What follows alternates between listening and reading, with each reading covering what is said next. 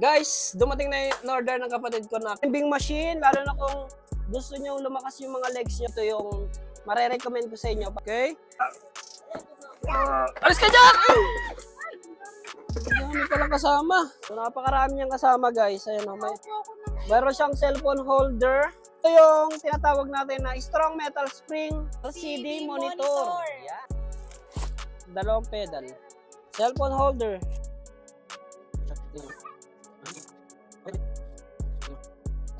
Yes,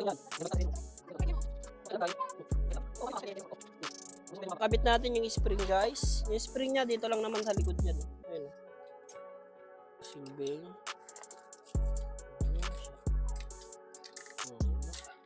So, ang paglagay pala nito, guys, ito titiklopin mo lang to.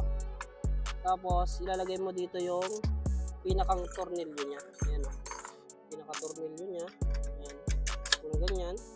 Tapos may kasama na po yung wrench, tapos yung Allen wrench. Ayan, paghigpit. Tapos ito yung magsisilbing adjustment niya kung gusto mo medyo nakatingkayad, ganyan, or medyo pababa konti. Adjust. Guys, sobrang excited niya, hindi niya na tinapos, hindi niya na kinabit yung mga ibang accessories. Ito yung kanyang monitor.